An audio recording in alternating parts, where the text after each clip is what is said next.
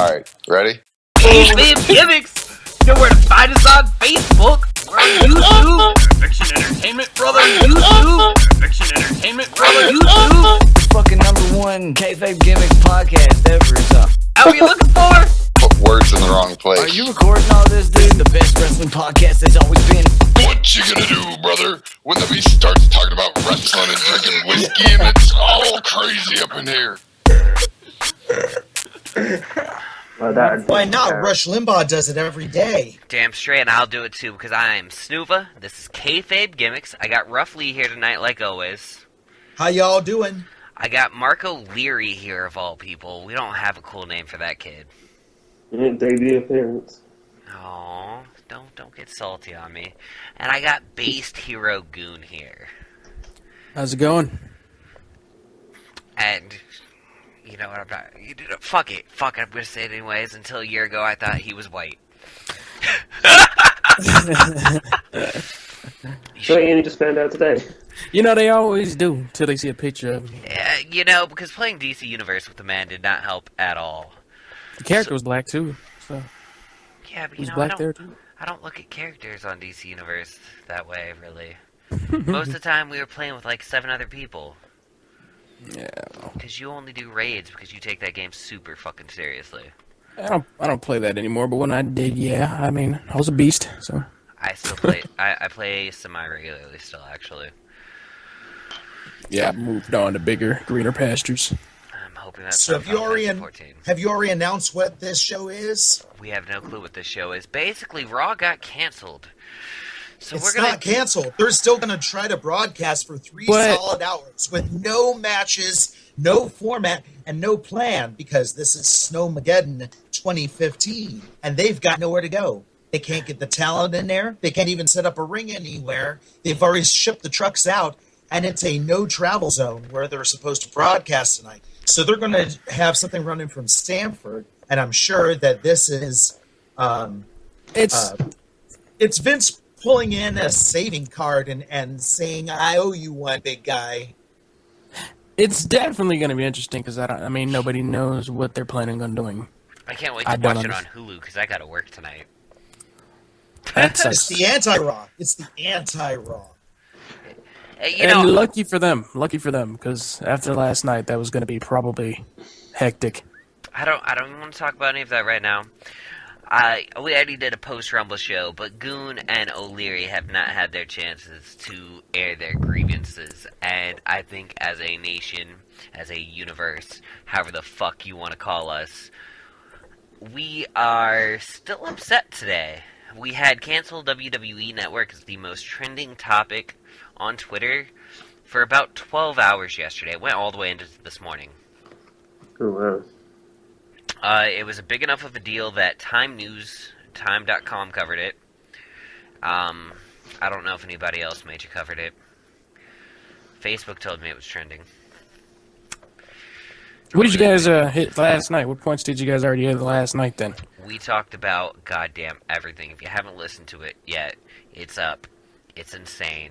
There were 6 of us. It's a pretty good show. But we're going to start with the basic questions. O'Leary, how did you feel about Reigns winning the Rumble?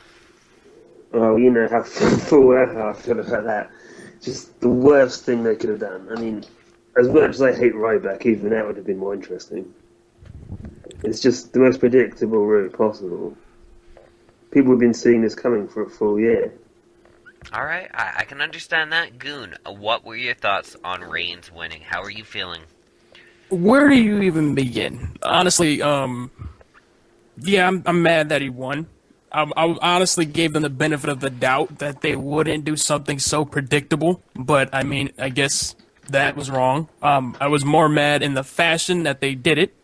I can understand why they eliminated Daniel Bryan early to, I guess, eliminate some of the heat and the fact that he's not going to win anyway. But in the way they just kind of casually dumped out the 3 guys remaining that anybody would really want to see win was really disappointing. So, and I don't know. I gave them the benefit of the doubt, and they kind of really dropped the ball on that. All right. Marky Mark and the Funky Bunch, how were you feeling about the Rusev swerve? Because the crowd, well- even the crowd was behind it. Yeah, more anti-Reigns than pro-Rusev, though, really. I mean, it's kind of like last year when Reigns was getting the cheers, even though he was a heel, right? I mean, against Batista, if you remember. It's just more backlash than anything. We're not in for a Rusev face turn anytime soon. I absolutely agreed there. Ruff, what were your thoughts on the Rusev swerve? I don't think we I was got to talk hoping the about this last Rusev night. thing was going to go over. I know that the crowd was catching it too, from everything that I could perceive.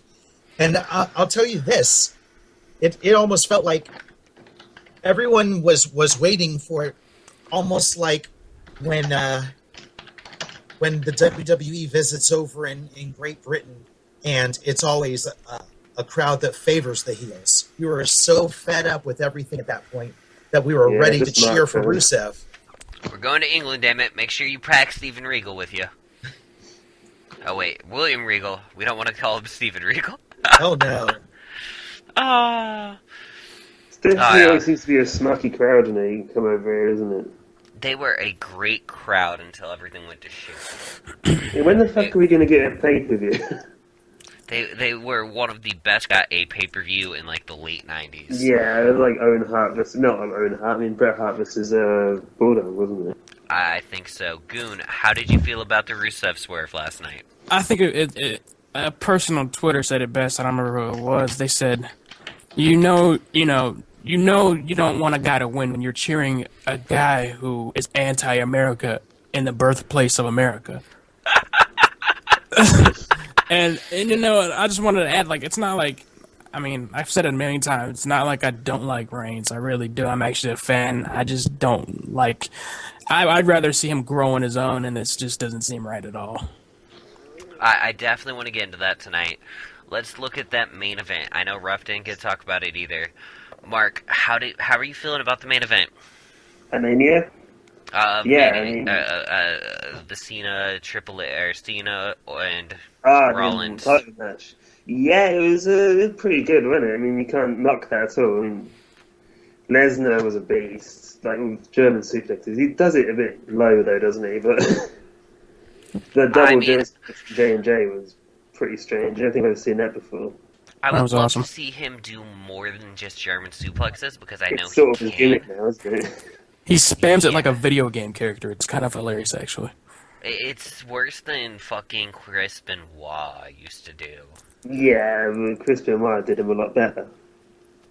But it makes it convincing. It makes him pretty convincing that he can just manhandle pretty much anyone with I one think move. that's the idea of it, isn't it? Just to see him throw at people halfway around the ring every 5 seconds. Yeah. Ruff, how were your feelings on the main event? I mean, if you're going to have him be the dominant monster, then it's okay. It's kind of what I find really funny is how open-ended Cena was with his tweet today, because you could look at it as him talking about his own match, or you could look at it from the point of view of him talking about the reaction to the end of the Rumble. Yeah, that's what I was thinking as well. I really didn't feel like it was about his match at all because nobody really cared if Cena won. And I think John Cena knows nobody cared if he won that match. I don't think John Cena. But it's still him saying in character and look like he's talking about his own match. This I would thought be the it was. first time. I thought it was smart posting. This would not be the first time that he broke character on Twitter. I don't feel that kayfabe has to apply to Twitter, and thank God when it doesn't. At least in this Cena's case. got proof anyway. He can do what he likes. What are they going to do? They're going to fire him, are they? They don't really have a lot of options there. They're going to keep that man until he dies. God, that would be good if they fired him. I mean, No, because that's just going to be a storyline again. No, I mean a legitimate one. I mean, they'd be in the hole for a little while, but it forced them to make some big moves. If superstars didn't break kayfabe, why would we ever follow them? We can go to the network. We can go watch the shows if we want character. I mean, I think there's just a time and a place for everything. I think that was a great time to break kayfabe. No, anyway, absolutely. So. I think in a lot of ways it shows that everybody knows that was not the best choice, but I stand by my fact that I did not think that Daniel Bryan winning was going to be for the best either. Better than Reigns. I mean, it's I sort of changed my mind a little bit. I think Ambrose would have been the better choice. Ambrose would have been the best. I mean, it came up on the last podcast, but him versus Lesnar would have been a great match. Because he can't go toe to toe with him but he's that sort of crazy gimmick, isn't it? Where he can just sort of keep coming back and keep coming back and keep coming back. They could have worked that angle to perfection. Go ahead, Goon. Well, then let me drop. Some kind of gimmick there. Ruff's going to drop some magic here. Sorry. Let me go drop my bomb as far as when it comes to creative with this, because of course we're all disappointed. Of course we're all mad, and yeah, we're upset at The Rock. I say that if we're going to save this Romania, if we're going to make this something that's going to keep us engaged, if we're going to care again, all of the regular people who don't know how hard this recovery really has been for Brian, is I say that this might be a little bit of time for him to stretch his muscles and get himself completely back in shape. And then after we have the next pay-per-view before Mania, then we have Daniel Bryan enact his rematch clause and it becomes a triple threat. Now, before anyone wants to groan about another triple threat, I'm going to say it again. Roman Reigns isn't a strong enough character on his own at this point in order to be able to carry the strap. And Lesnar's got to leave, at least for a little while, And so if we're going to do this, the way that we can continue with this cheap shot image that we're going to give Roman Reigns and get the strap off of Lesnar is the wild card of a triple threat. And I say Bryan is still the guy when it comes to the charisma, when it comes to the character, when it comes to the in-ring work. If we're going to make this believable for Lesnar to have an exit, then we got to triple threat this at Mania. And Reigns leaves and becomes the crybaby that we all know he's going to be. I agree. It's just the backstage news is already that they've put that down. I guess it's not, Vince has already shut it down. It's not going to happen again. He doesn't want to repeat last year. We already had a triple threat this pay-per-view.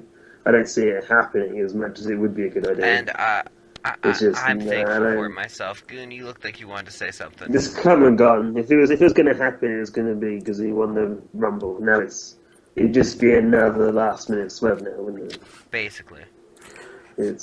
Yeah, no, I mean, I was going to ask, did anyone actually watch the Fallout? I watched the majority night? of it, I think. I watched it all the way through the Cena-Rusev stuff, and I watched through the Rock interview. No, I didn't see any of that. But you did see The Rock and Roman Reigns, though.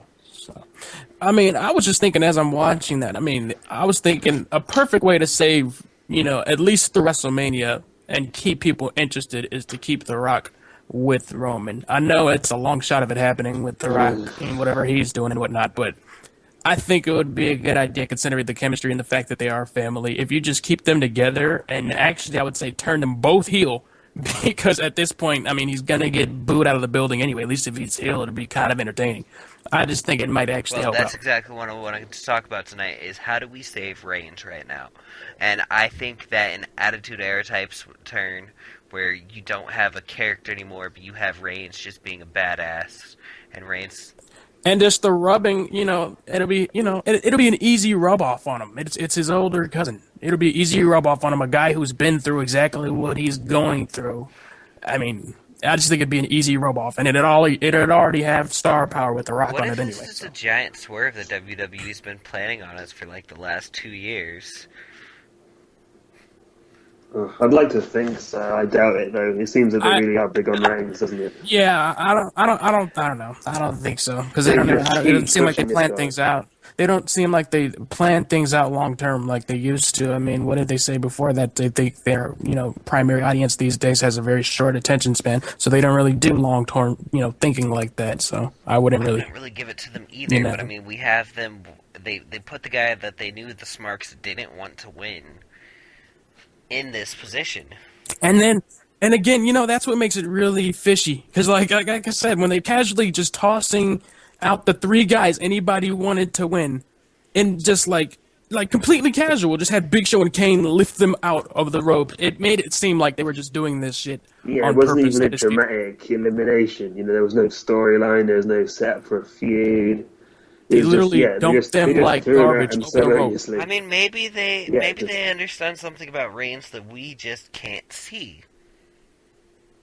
And it's obviously Yeah, not going but to yeah, be we in ring know what they ability. say, you It's know, not going to it's- be in ring. Big No, muscles, it's Samoan not. guy. It's nothing. I don't know what it is. Because, like, honestly, you can tell even after, like, he was winning, after he won, he went backstage during the fallout. He just doesn't look comfortable whatsoever. The Rock was carrying him, and even then, you could see Reigns was just not comfortable. He didn't know what the hell to do, especially if he just got booed out of the building. But The Rock could still carry himself getting booed out of a building, no problem. So I don't understand it. I don't understand what you can see there. We all know The Rock doesn't give a shit whether you boo him or not. He's like, I make more money than you bitches.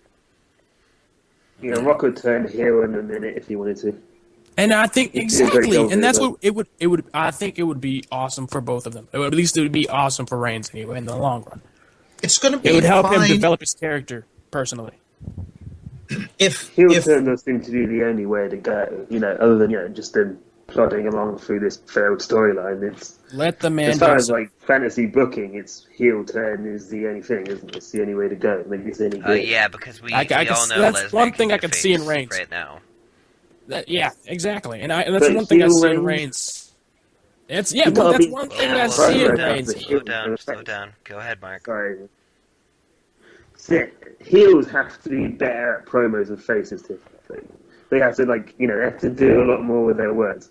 So as much as it's the better case, Reigns heel would be even worse, maybe. Not necessarily. He's never got to antagonize the crowd, and he's got to To be utterly set a honest with you, feud. all Reigns has to do right now is for the next 60 days, come out there, act like he's going to cut a promo, and then just wink at the goddamn camera. Well, that's kind of like the Chris Jericho technique, isn't it? He did that. Yeah, but you know what? Reigns will get more heat than ever for it, because everybody already just wants to tear him to pieces, so if he gives them nothing to hate him for besides his wrestling, they have nothing to bitch about. That'll just keep going with the terrible promos. We get enough terrible promos. And maybe that could be the ironic heel turn, where he just keeps doing what he's already doing. Irony. Goon, go for it. No, man, I was just saying, if he were to turn heel and they would just let him, kind of be himself, talking about. we'd see a lot more out of him. You need so. to see the man and not this character. This character sucks. Because you gotta wonder, dude. The guy's gotta be frustrated. He's gotta have a lot of pent up frustration, and I would love to see that, actually come out, and it'd probably help him a lot. This character That is is- worse than the Rocky Maivia character. Honestly, He has no character. Well, it's worse because they pushed him so hard. They pushed him ridiculously hard. They didn't push The Rock that damn hard, but They're pushing They this tried. guy. He's green in the ring, can't That's cut a good can't bit. cut a promo, and has no character whatsoever. What's his character? What's his personality? Tough guy. That's it, tough guy. yeah, he that definitely. was You're right right. back. What That do was we know right about back for his Roman first Reigns year, being though. big tough guy? Yeah, it was Right Ryback's first year, and then they turned him heel. So, and I think when he turned heel, he actually developed a character, and you saw the real guy really shine through. I think so. we got a lot more out of Ryback than we ever got out of Skip Sheffield. Yeah, Well, Skip Sheffield was around about a minute and a half. I have pretty much everything. Yeah, he had 3 matches and he got injured, and he's not really much of a comparison. is he? Everything we ever got out of anybody in NXT before they changed their gimmicks sucked. I know you guys remember Husky Well, Harris. he's Brian, but he wasn't really a Nexus, was he? He's, he did the tie choke, and that was it. Husky Harris, though, perfect example. I guess, yeah. Darren Young, It's not even the same person anymore, though, is it? yeah. I don't It's know what just the so- hell was going on with Darren Young. That was weird. Byron Saxton. I mean, as much as I hate the guy, I'd rather he does interviews than his wrestling gimmick. Yeah, he was. I can't remember anything about him in the ring, so he's probably not that. And then we had my least favorite ever. Oh God, I can't remember the bitch's name. The dude who would always come up oiled out. Oh, Goon. Goon. He was in 13. He's married to that famous. David Otunga? Yes. Oh, Otunga was. yeah, there was nothing good about that guy. He was a good little, he was a good assistant. talker. Yeah, he's a good talker and a good assistant. Yeah, To he's a what's good sort Teddy. of backstage lackey Oh, yeah. character, isn't he? I think he's good at that. Otunga is I great. like him Let with his me little throw- coffee. What? It seemed a bit Can I- weird though how big he was. You know, this sort of giant bodybuilder guy just being a jobber. Go for it, Ruff. Back on track. Let me throw two different things that are going through my mind about this. One easy way to build Reigns as a heel and to save face for Dwayne Johnson, because it's not about The Rock, it's about Dwayne, is after he loses at Mania, Rock can be talking to him backstage and just look disappointed and say, "Look, man, I handed the Rumble to you on a silver platter. I gave you the WrestleMania golden ticket, and you couldn't get the job done," and then leaves. Well, doesn't that acknowledge the fact that the Rumble was scripted? Doesn't that, more importantly, like, leave the belt on Lesnar?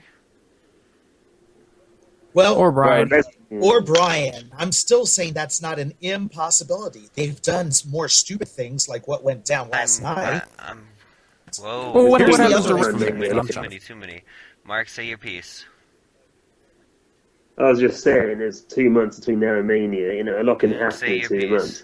Last year, Brian went from not being in the Rumble whatsoever to winning the belt. Say your piece about it. No, I was just asking Ruff what happened to Reigns after that, though. Well, he's a bitter, angry crybaby, but the crybaby may throw a tantrum when he gets mad and start just tearing people up. Then we got another monster heel to deal with.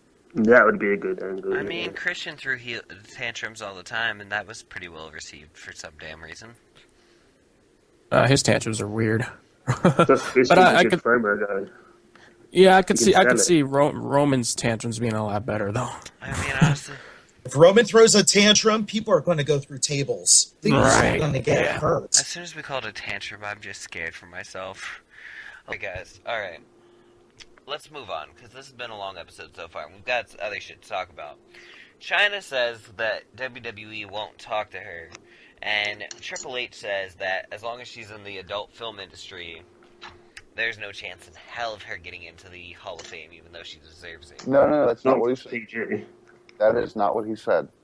He said the whole point is that they cannot bring her into the Hall of Fame because if you go online and you Google China, one of the first things that will come up is her porn. I don't think she's in the adult film industry anymore. I'm pretty sure she stopped that a long time ago.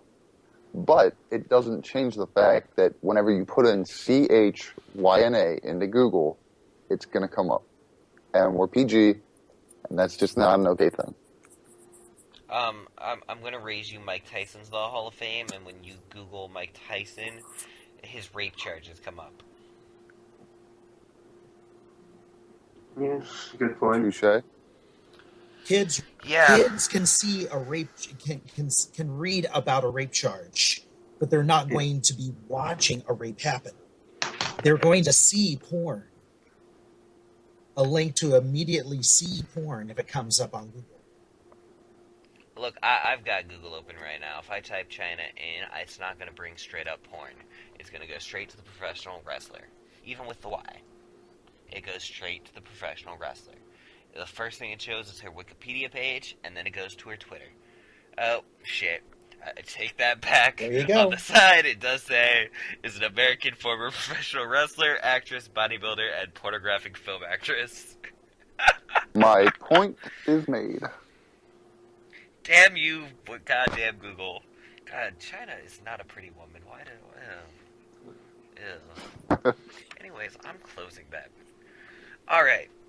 So moving on. I just wanted to bring that up because I thought it was kind of funny, actually, more than anything.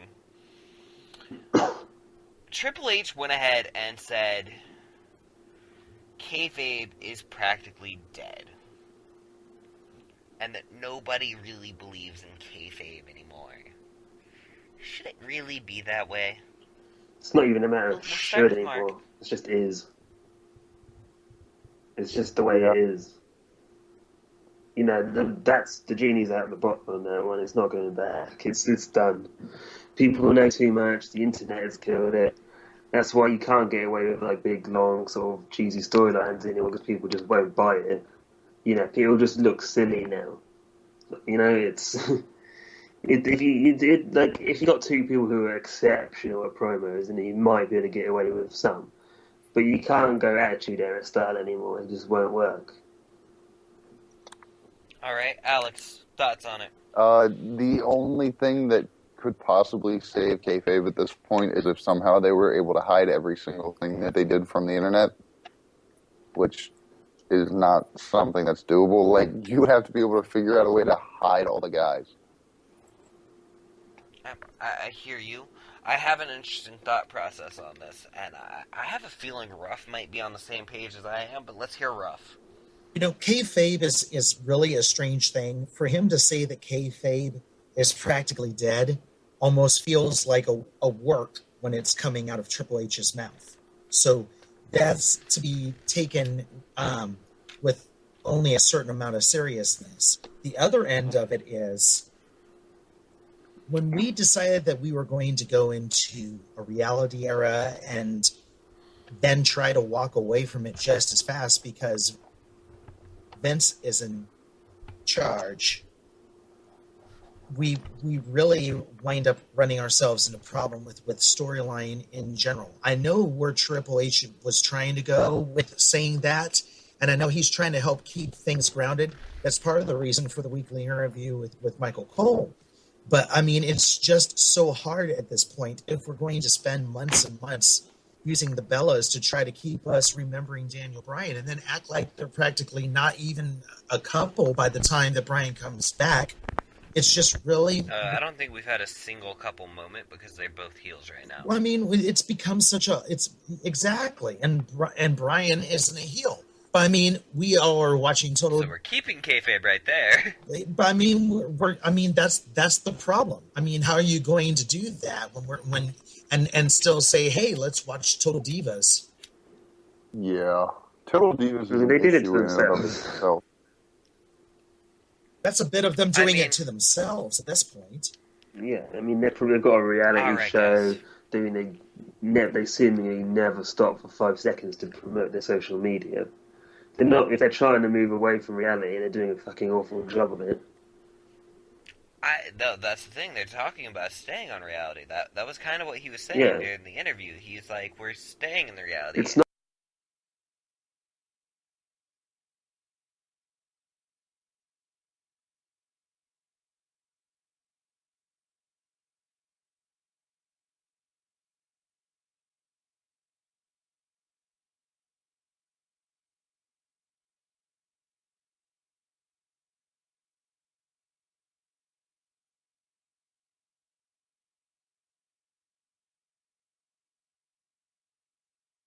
Not going back, and they have no intention of making it go back.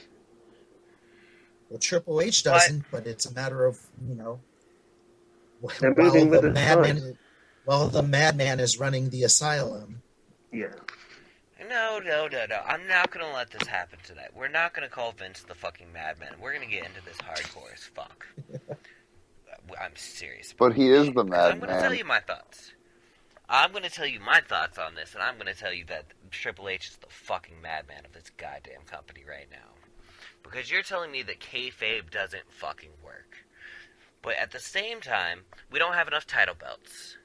We're running a Bray Wyatt versus The Undertaker possibly right now, and talking about the face of fear, even though we all know they're just normal men. We make jokes about evil slacks every week. Bro, the evil slacks got taken out on Thursday. They're not here right now. I know. No, there was a backstage Fallout video because we're in the reality era. He climbed out. Oh, did he? I missed that. Yeah, he did. But what I'm saying to you is if we don't have these title belts to push storylines, then we have to write a story. We have to tell a story. And you know what? I don't give a shit if I know it's not real. I know it's not. You know it's not. Joe Blow watching fucking 3 Doors Down knows it's not real. But you know what? He doesn't care to just watch 2 guys fight. Then he's going to watch UFC. He's going to turn on boxing. He's going to turn on a real fighting program, not WWE. Our demographic is women and young men. They want to see a story. They tune in currently for 3 hours a week. And this is the only good thing Triple H said during the entire time, was the fact that he doesn't think Raw should be 3 fucking hours. That was definitely one of the truest statements he made. I disagree. You disagree? You don't watch over half of the programming they put out Yeah, right now because you don't if you watch let me promos. elaborate, the reason, like, I would watch it if they did it right. 3 hours isn't an excuse to put more storyline and more promo. It's an excuse for longer matches. What's the average length of a match on Raw? 7 minutes? Make it 15? Not even, because you have how many 2-minute matches Yeah, a week? exactly. It's 3 hours. If we have 3 hours, there's no reason to have 2-minute matches. Why not have one? It should just be more 20-minute matches. How More about the 15 Divas matches. division? Yeah, give the Divas more time. Give everyone more Look, time. man, he was talking about that. But let's keep going about Triple H, the Madman. You have this man going on a podcast after Raw, talking about how Kayfabe is fucking dead, yet he's still running a storyline about how he's the evil boss. Yeah. He's talking about listening to the community after he just made fun of the community for the last 3 hours. He made fun of the controversy. We all know Daniel Bryan's not going to win at Fastlane. They already brought up the point of contractual obligation. Like, we know Roman Reigns has to make it to the main event, whether it's by himself or in a triple threat. If you don't do that, then you might as well just fucking destroy the Rumble next year, because we're saying it doesn't matter at all. Well, whose fault's that? I mean, they fucked up twice in a row. They should have recovered this year. If they'd have had someone like, not even just Bryan, Ziggler or Ambrose would have been good as well. People would have been happy with Ziggler or Ambrose going to WrestleMania. But they made Reigns. They must have known a year, like, so long in advance. They did know in advance that it might go over badly. Maybe they didn't realize it'd go as badly as it did. But they had Rock there for a reason. So, I mean, they could have recovered this year, and they fucked up again. They stuck to their guns. Triple H is talking about listening to this community, yet he still goes out there every week and he's part of this facade. He comes out there, he does his authority gimmick. He comes out there, he makes fun of the IWC just like we always have. For years we've made fun of the Smarks. And frankly we should, because most of us Smarks are a bunch of goddamn idiots. We are. We want to act like we know where this program is going, but at the same time, come on. WWE knows exactly what the fuck they're doing, they always have.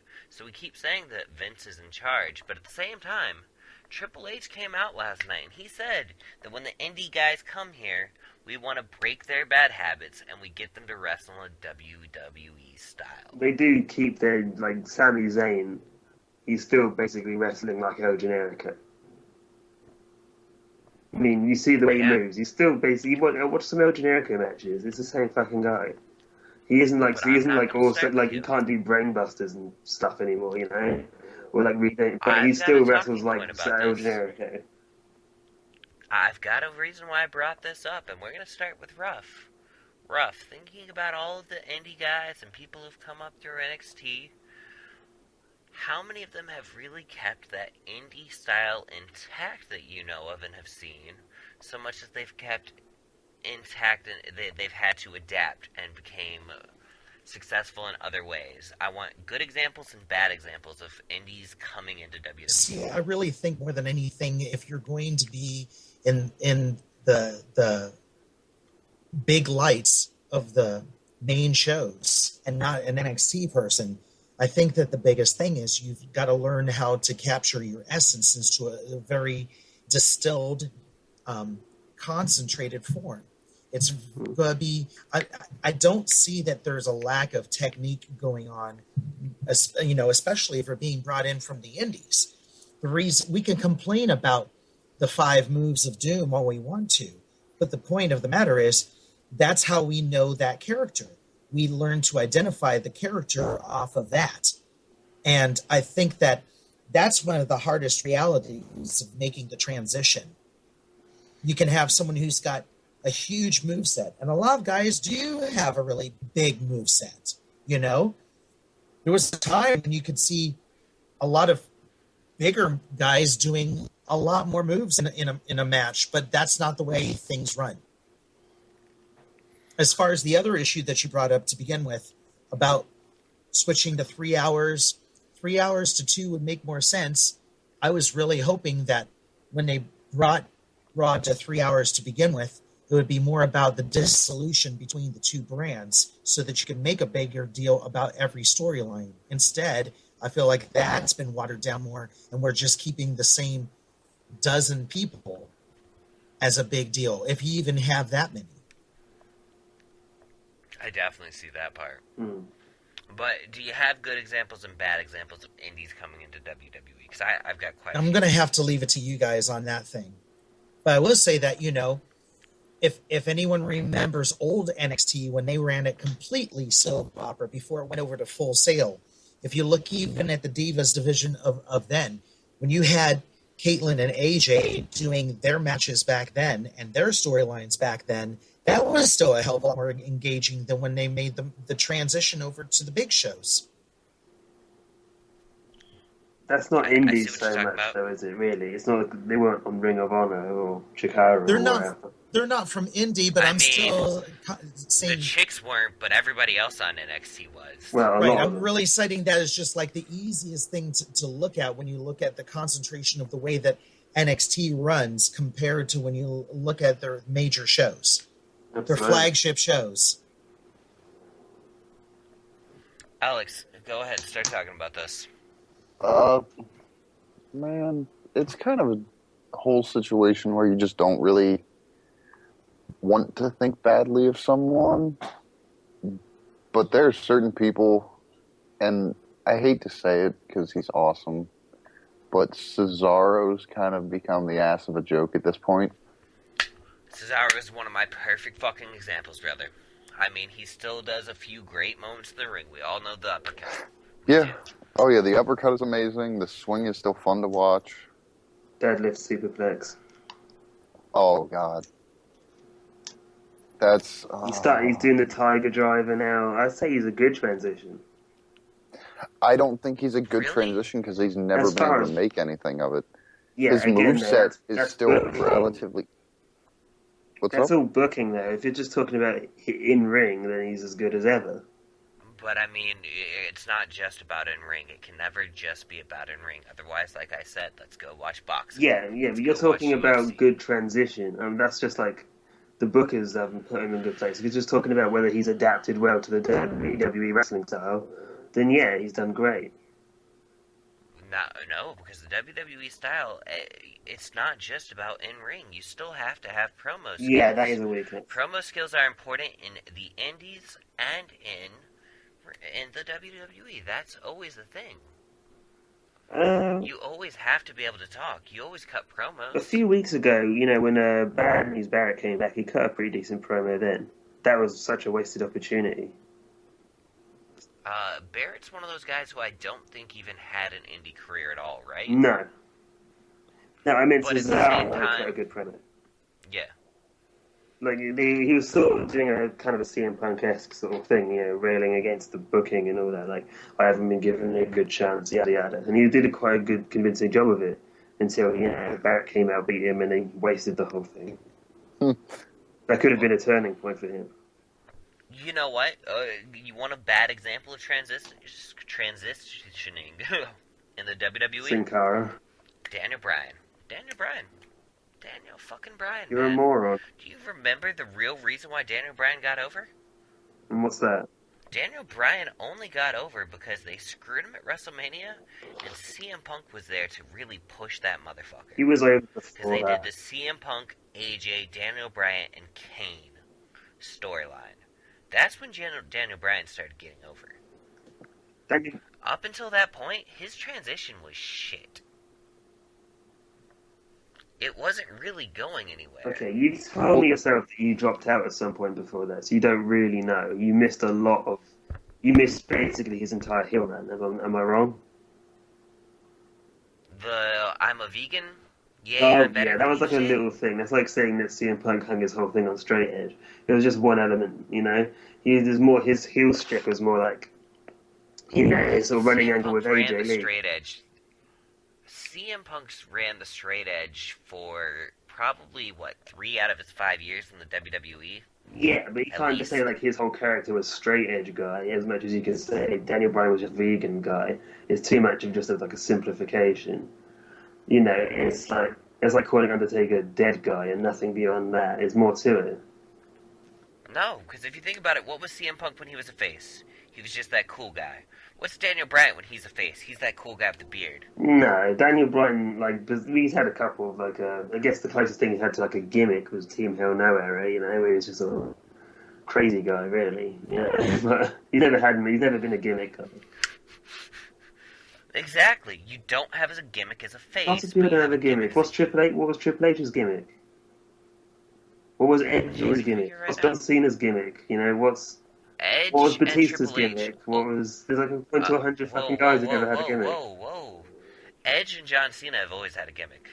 Edge is ultimate opportunist, I guess. That's the closest thing you had to a gimmick. / rated R superstar. It was going on for slimy years, guy. dude. That's it. Slimy guy. He did it great. You don't have to have a gimmick. You can do great without a gimmick. But it was his entire personality. Yeah, you don't have to. Daniel Bryan and Punk don't have a personality. There's really. a difference between personality and gimmick. Gimmick is like Bray Wyatt has a gimmick. Triple H has a character. Well, Triple H has personality, rather, I should say. Gimmick and character, basically the same thing. Edge had personality. He never came out in a costume. He never had a gimmick. What do you think that was? Yeah, he had personality. He was playing same as Seth The big Rollins now. trench He's coat? slimy, sneaky heel. He's a sort of He was supposed to be a rock star. Edge was the rock star. That's why he had Lita. That's why he talked the way he talked. That's why he came out there and he was every day exemplifying. Even when he was fucking Vicky Guerrero storyline wise, he still made that shit seem like he was a boss. Yeah, that's just a guy who's good at promos. That's not a gimmick. Alex, would you say that was his gimmick, or was that just him being good at promos? It was a gimmick, man. I don't see. What's the gimmick? If you were to describe the gimmick. The gimmick was plain and simple that Todd already said it. He was basically like a quote-unquote rock star, but he was still... He was the slimy Yeah, one. exactly. He's that rock star who fucked fat chicks at the end. I don't know. But for some reason, it was still just like, okay. I guess I just have a different He's idea still of what the cooler word than gimmick you. means. But I mean, Ruff, as a rock star, how did you feel about Edge? Would you consider that was his gimmick the entire time?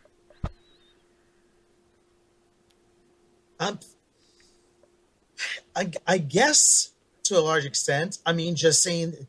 I think. Here we go into the hardcore division between what's a gimmick and what's a character. His character was in being a sleazeball, but that became what he worked. What you work becomes your gimmick. Just like, at this point, we're buying the "Feed Me More" gimmick. And we have dropped the Goldberg chance to the largest extent with Ryback because it's become a work that has become his gimmick. that's not a gimmick, which is a catchphrase. It's a catchphrase, but I mean he's the big guy, and I mean that's his entire gimmick. But at the whole point, it's still working. It has nothing to do with whether or not it's a great character, because he doesn't have to do anything with his character other than be big and bad. It's a gimmick. It's just a terrible gimmick. Listen. In the end, the truth is that what a gimmick is truly a character in wrestling. Whenever you break it down, your gimmick is your character. Which means that no matter what you say about a person and their character, quote unquote, that they play, that is their gimmick. Yeah, fine. In a lot of ways, it does. It comes down to catchphrases, the way they act, the way they dress. Yeah. I'm not doing minutiae here, so whatever. It builds them in a lot of ways. But when you look at Daniel Bryan and CM Punk, their best moments in the WWE, they're kind of bland. It was more about what they were coming up against than really about them themselves. Well, yeah. But I don't see anything wrong with that. I mean, there's four big things that make a superstar important in the first place. You know, you have to have believability of character. You have to have technical ability in ring. You have to have the ability to be able to sell the match believably on the small screen and to the tens of thousands in the arena. And you have to be able to make your opponent look good. Those are the four things that you have to be able to do. You have to sell a match, you have to believe the character, you have to be able to make your opponent look good, and you have to be technically solid enough. Those are the four things. Well, not every top guy's had all of those things, unfortunately, but that's the key to a perfect wrestler, yeah. No, Triple H has had numerous characters over the years. He's a man who's always been a character. Yeah, Triple H is great. I love Triple H. There's never been a moment where he's just been himself. We've never seen Triple H in the ring, really.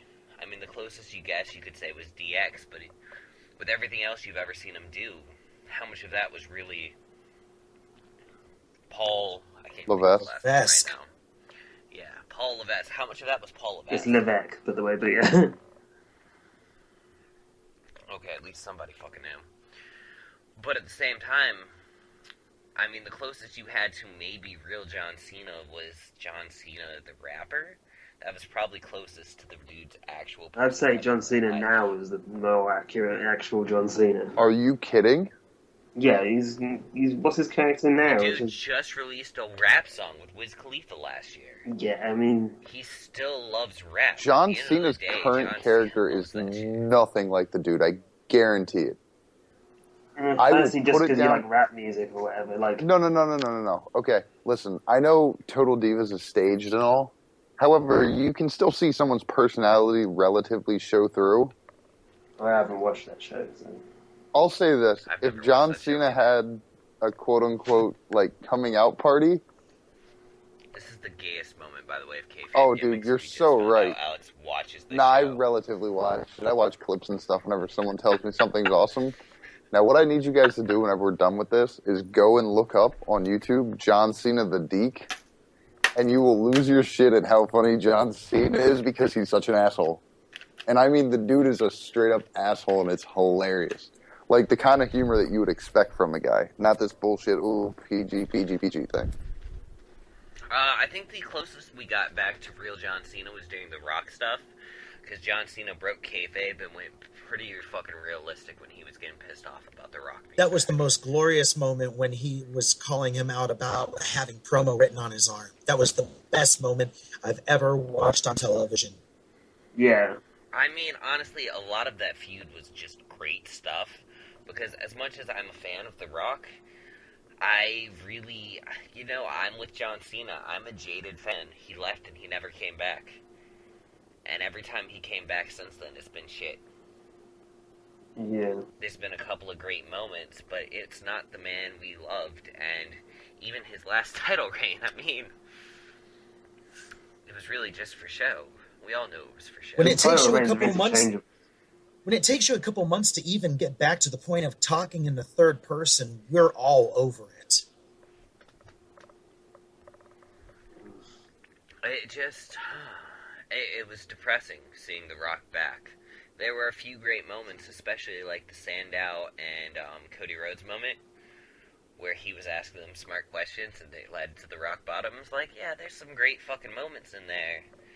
But every time he was talking shit about John Cena and singing his terrible songs, I was just kind of like, I'm really with John Cena. You left me, bro. You left me high and fucking dry, and you've been making shitty movies.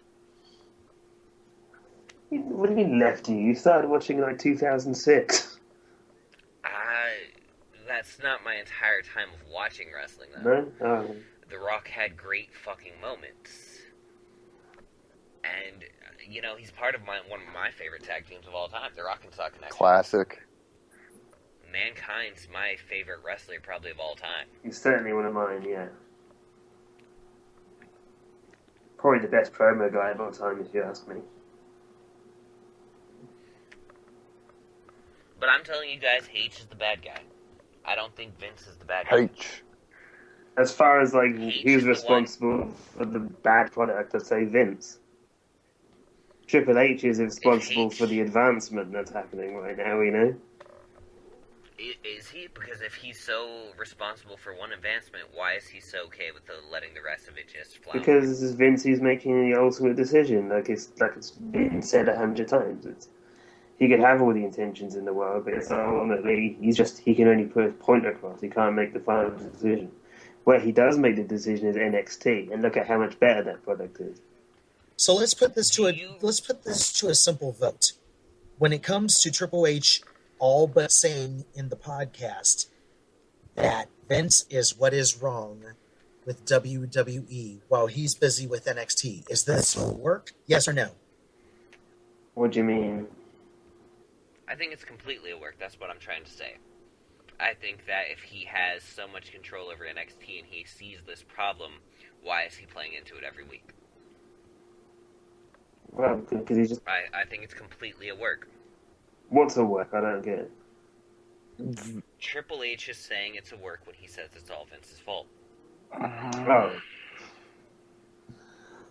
Alex? I don't think it's all a work. I think there's a bit of a mix there where there's some honesty and some not so much honesty there.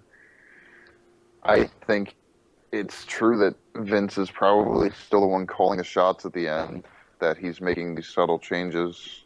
Not even subtle necessarily, but these last-minute changes. At the same time, I could believe it that Triple H still has a very heavy hand in what happens.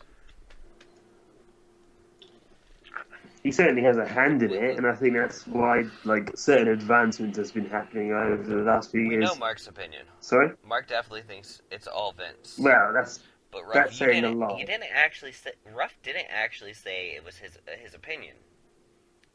You know, I have heard too many whispered reports of Vince coming in and changing things 5 minutes before airtime for me to say that it's not Vince. It's not a complete work. I mean, after all, we've got the COO being the guy in the biggest storyline, as he, as we know that someone who's the biggest ring general walking right now would be anyway. Because Triple H is probably the biggest ring general that we have in the industry right now. But it's still a matter of I think that Tripp is still waiting in the wings for the keys to the kingdom, even though he's got the title. So I can only say it's a semi-work. I think that him wanting to put the blame on Vince is only a work to the point where he's having fun with how much kayfabe he can break himself.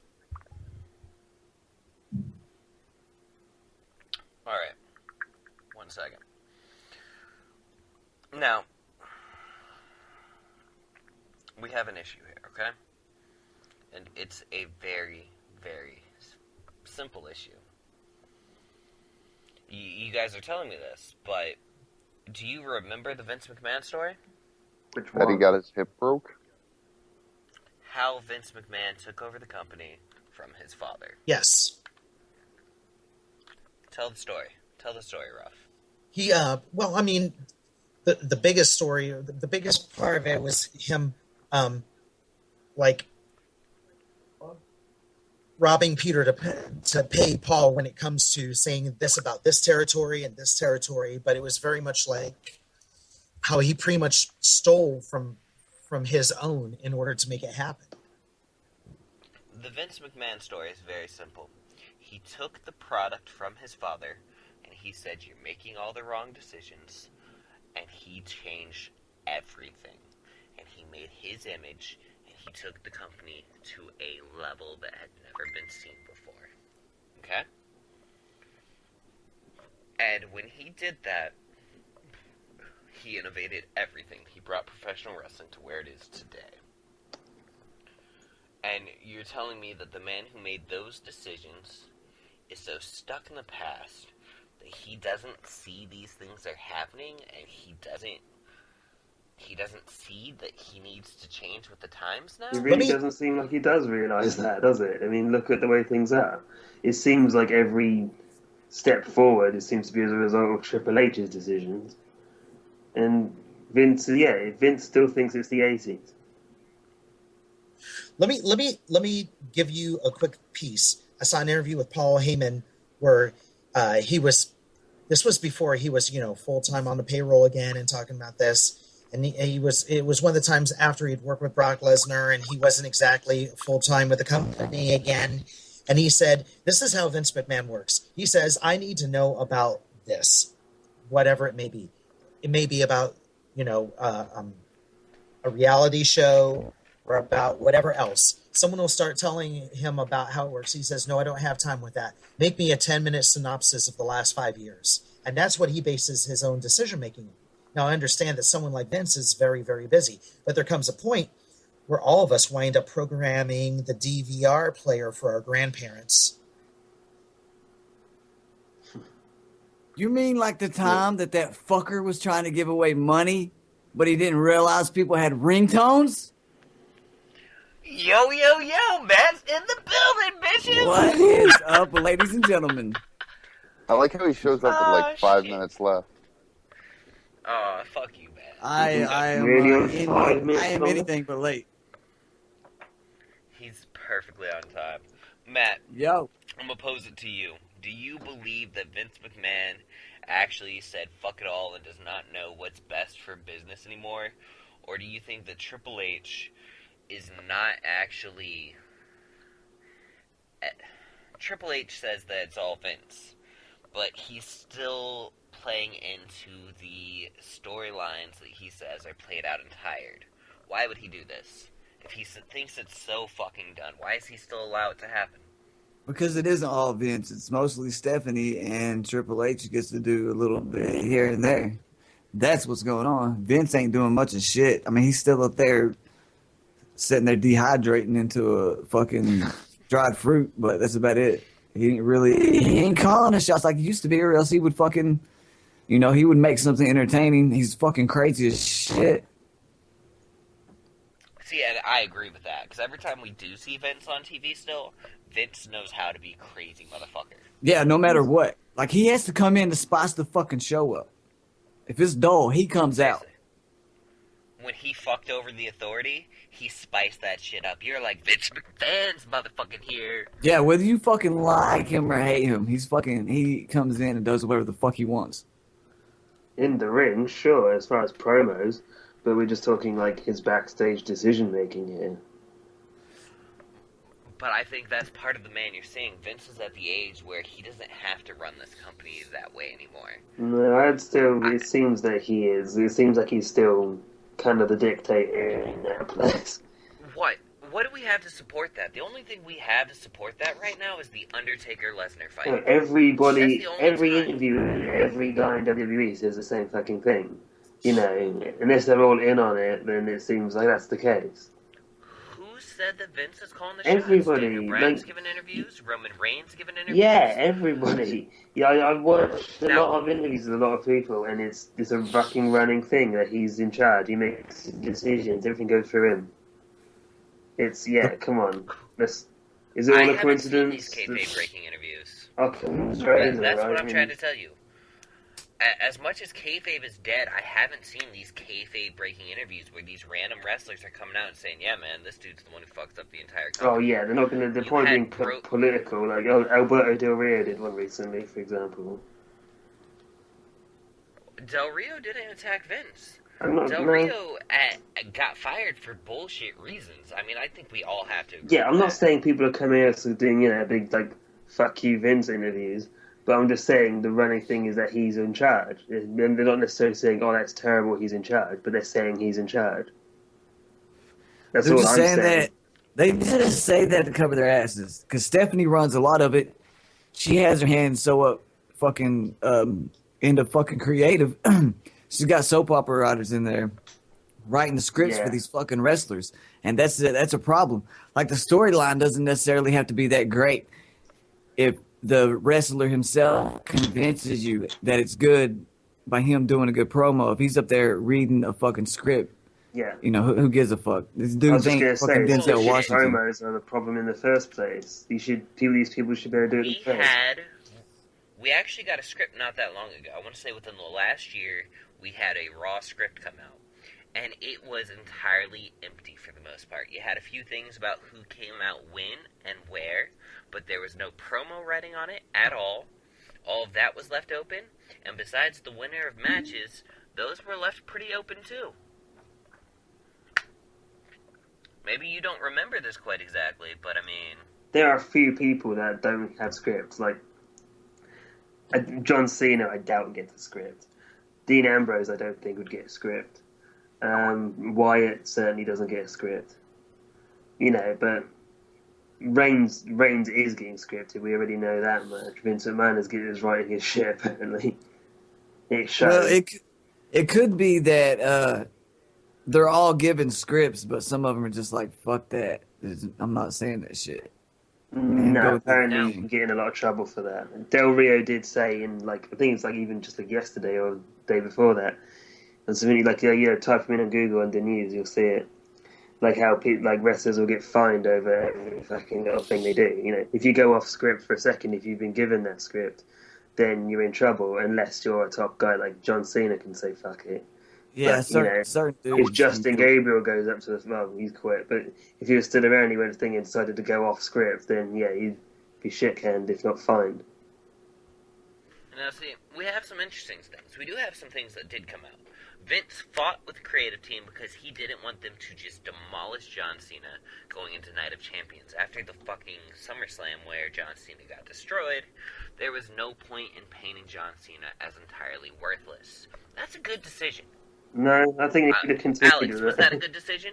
Do you bury John Cena in the fucking rematch, or do you keep John Cena relevant because you know Brock Lesnar's not going to show up for 2 months? John Cena's bulletproof. Yeah, he makes a good point. John Cena is pretty much bulletproof. Yeah, there's nothing you can do to After that Lesnar defeat? After that Lesnar defeat. It wasn't nothing. It was just another loss. I mean, it really doesn't do anything to him. Mark's one of those guys who actually thinks that was a very dominant win. Of course it was. By Brock Lesnar. I mean, So John Cena, if that's a dominant win. John Cena's the top guy in the John company, Cena and is Brock weak. Lesnar squashed him like a jobber. Of course, that's looking strong. That's Yeah, like but that saying doesn't- Brock Lesnar is 10 times better than John Cena. That's improving it. Yeah, but it doesn't change the fact that he's Super Cena, and the way they've booked him for so long, it doesn't matter. If Yeah, he's- like I said, he's bulletproof. People Yeah. will forget. But if you had buried him 2 months straight, you start chinking away at that arm. Never. I don't. Especially when you have Brock Lesnar still billed right now as the biggest motherfucker ever. John Cena Nobody could get challenged squashed that in the earlier. next 5 pay-per-views in a row, and he'll still be fine.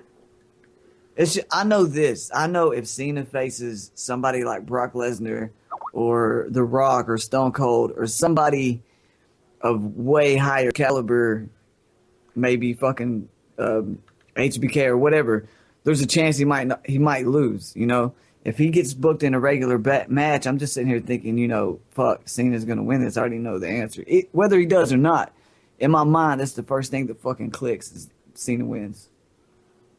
I mean, Nation. my mindset goes the exact same way if Triple H gets booked in. Yeah, yeah, Triple H is automatically going to Yeah. win. exactly the same. No, it's this. No one has to worry about John Cena. He could lose clean, squeaky clean on the next Raw to one of the Lost Matadors, and he would still be fine the next week. That's just, he can't do anything to the man. He's the top guy, everyone knows it. They'll make a couple of jokes about it in the next promo, and it will go back to square one again. You can't do anything to him, he's solid. Now, I mean, so we have this point now, where Triple H is still acting like Vince's big man in charge. And, I mean, we had a few moments last year where we definitely got news that Vince was still keeping his hands on things. But none of them were things really that was Vince changing things for the worse. Well, we're only going to know so we haven't much. seen that. Then Kayfabe isn't dead, is it? Well, yeah, let's not exaggerate everything. Kayfabe is dead is just like a line, isn't it? You don't have to take everything to its, extreme conclusion, we're going to know everything. It's not like we've got fucking cameras in the toilets, is it? But it's... Come on, we know we their did have shit those now. It's videos. We did have those locker room videos. If this was 10 years ago, Who no was one that would be dude? saying. I don't know whatever happened with that. Do you guys remember It that? was some dude trolling. I'm sure Alex It was saw some dude those. trolling. Fucking Alex remembers those videos. I was WWE watching cam those dude or videos. some shit. Yeah, I know. Alex I mean, watched did those you videos. actually, that was Snaver, did you actually watch the whole podcast with Triple H? I'm a very busy person, guys. Yeah, so you didn't. He actually, they did a good job of explaining what they meant by Kayfabe is dead in that podcast, so you should really just watch that. I wouldn't call it dead. I wouldn't call it dead because it's Not there. great. It isn't there, but it's there. It's a weird mix. It's a weird mix now. It's weird. It's half there. We're not really going further and further into a reality era, was my point by the Kayfabe is deadline. There was no point in even trying to say it, because over half the time you're still doing things in Kayfabe. Over Oh half the yeah, I time. mean, cause there's still characters and stuff. What I mean by Kayfabe is dead, it's an exaggeration. It's half dead. I mean, Kayfabe is dead. What I mean is, say this is like the 90s again, or early 2000s even. It's Roman Reigns wins the Royal Rumble, goes onto it. People wouldn't question it. It'd be like, oh wow, isn't he amazing? He just won the Royal Rumble. People wouldn't be like, oh, Roman Reigns, he doesn't deserve it. Is this other guy we like better? People would just accept things. People just went with the flow. Nowadays, people question everything. That's Kayfabe is dead. Would we? Would we? I mean, I think we would have questioned things in the 2000s. Not really. Shit. I mean, Ruff, did you question shit in the 2000s? Ruff rough. might have dropped out on us. Rough. Ruff. Alex, did you question shit in the early 2000s? no, Never? Never once were you like, did they really just do bro. that? You realize I was like 8, 9, and 10, right? yeah, exactly. Okay, Same but with like me. the I was a finger kid. poke of doom. The finger poke of doom happened when you were a kid. Okay. You saw that and accepted Okay, that was some bullshit. There's been moments that we haven't been able to accept forever. Yeah, big things though. Big things. Now it's every little thing. The little things still get by. No, I mean, come on. I don't think Oh, we throw a lot Cesaro of was shit in the about the little undercard this time, and we're going to complain for ages about that. That didn't happen back then. It was just people. We questioned did. every little thing. Back I then, remember- it was momentous events that got questioned. You know. I remember watching it when I was heavy into. I've been watching wrestling since since I was a little kid. But not when I was a teenager. It was the NWO era and all that going on, and it was there. That's when it was starting to come out that people were like, "What the fuck is this about?" And why is he doing this? Because the internet was starting to get up, and It's not even that. Kayfabe, you know when Kayfabe technically died? When it really died? The day WCW decided to spoil fucking Raw. The day that happened, we basically said, hey, this has all worked. We know what's happening. no, Here's what because Raw kayfabe- was taped. Raw was taped when he was giving out the end. I know, but they're still admitting that, well, all this stuff, we know exactly what's happening, guys. But Mankind winning his world championship, that was because the fans wanted it. The fans needed that. They wanted that shit by then. Yeah, because they were tired Yeah, of the but fucking that's Rock and not- all this business. Just like it That's is got now. nothing to do with what's talking about now. It's here's an example like of what the new standards are. Like the crowd wants this and that, and they're demanding it. Goldberg wouldn't have gotten over this day and age. They booked Goldberg right. He snuck up. He wasn't like Yeah, right so there. then it worked then, like Snuck 100 up. squash matches in a row. It would have worked then. Nowadays, if you book Gold, Ryback was getting the Goldberg push, and it was working. yeah, it until was Hell in a half Cell in working. He was 2013. getting Goldberg chants constantly. Yeah, he all wasn't that. over for shit. It wasn't over. It was over for a little while, and people got bored of it. But that's because somebody said, and they didn't keep booking it He properly. was doing the same thing. Goldberg had like 100 squash matches in a row against anonymous guy number 22. You know, it was, so if they did that now, if they got, say, Baron Corbin from NXT, if he came in, they gave him the Goldberg push, you're going to do, for the next year and a half, you're going to just squash an anonymous jobber every week. Would that get over? No, it wouldn't. People would be bored of it in like a month. Rusev? You realize we just had a moment where we had a Goldberg type push end up with him being chanted for at the Royal Rumble, Yeah, correct? Ryback. Rusev. Rusev. It's not so much. Yeah, but he's got like a character along with it's sort of a cheesy character, but it's still a character. The whole Russian thing. He's got the manager. It's not so much a Goldberg push. He's undefeated still. Yeah, but that's not a Goldberg push. Yeah, It's like Samoa Joe was undefeated in TNA for like a year. That wasn't a Goldberg push. A Goldberg push is 100 jobbers in a row. Yeah, but see, when they booked that, it wasn't like that. It was under the radar. People, it wasn't like it is now. Ryback had a fucking spotlight on him. Goldberg didn't have a spotlight on him when he came out and did all those squash matches. It just built up over time and nobody noticed it. They pushed it to the side. They were like, this is happening, but they put your eyes on something else. Yeah. They did the same thing with Ryback. The problem with he wasn't in the main event in his squash matches. You're misunderstanding something, though, because you're talking about WCW versus modern WWE, and when you only have 5 matches a fucking night in a 3-hour period, of course you notice that one dude keeps beating somebody every fucking week. Yeah. Meanwhile, WCW averaged a lot more matches in 2 hours. Probably shorter though as well. But we do need to get to an ending on this. And shit, I had somewhere I was going and I just flat out lost it. Alex, dream book me something. What the fuck is there to dream book at this point, man? We're pretty much set on what we're gonna get. Anything to make your life happy right now. Just tell me something in wrestling that would make you happy. Something that would make me happy. Somehow magically, Sami Zayn shows up on the main roster, takes Roman Reigns' spot, beats Brock Lesnar, and we all get to go home happy.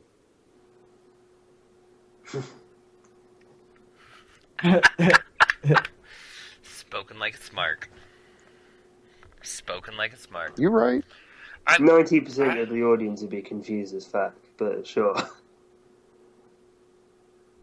I mean, I'm sorry. I think a nobody or an up-and-comer has pretty much the best chance of beating Brock Lesnar right now. The man is booked beyond crazy. Yeah, someone's got to beat him, and, whatever. It'll be Daniel Bryan, or it'll be John Cena, or it'll be whatever. Maybe... To put this into current terms, actually, you know who has a Goldberg-type push going on right now? Brock Lesnar. No, it's not. Oh, God. It's a monster. A monster push isn't the same. A Goldberg push is a specific thing. Goldberg was considered unbeatable. You have an unbeatable Brock Lesnar. But that's not a Goldberg push. A Goldberg push is specifically, like Ryback was doing it. Like, just a ton of jobbers after jobbers after jobbers after jobbers. Like, they're kind of, I guess they're doing like... You don't have that time. You actually haven't had anything like the Goldberg push because you haven't been able to have that many fucking jobbers. We haven't. That's why it's called a Goldberg push. It's only happened once. There's been a couple of attempts to it and they didn't last because they didn't work. They tried to do it with Ryback and then people got bored of it.